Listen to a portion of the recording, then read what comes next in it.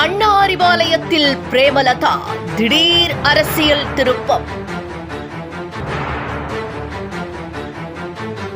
திமுக கூட்டணியில் இணைந்தது தேமுதிக.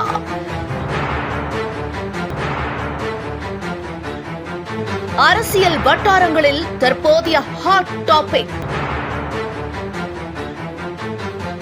திமுக மற்றும் தேமுதிக இடையே அமையும் மெகா கூட்டணி உறுதியானது.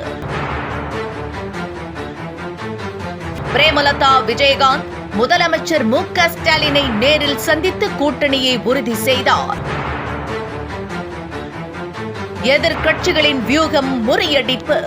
இந்த சந்திப்பின் போது துணை முதலமைச்சர் உதயநிதி ஸ்டாலின், கனிமொழி எம்பி, அமைச்சர் கே.என். நேரு, எல்.கே. சுதீஷ் உள்ளிட்டோர் உடன் இருந்தனர்.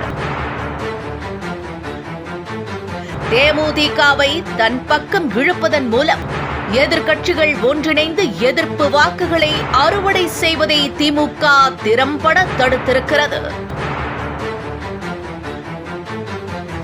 விஜயகாந்த் அவர்கள் மீது மக்கள் வைத்துள்ள நன்மதிப்பும் ஈர்ப்பும் இப்போது ஒரு முக்கிய காரணியாக பார்க்கப்படுகிறது.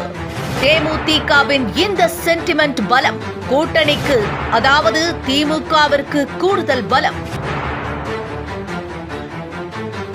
அதிர்ச்சியில் விஜய் ஆஃபர் கொடுத்தும் ஒரு கட்சியும் கூட்டணிக்கு வரல. தனித்து விடப்பட்ட தாவேகா.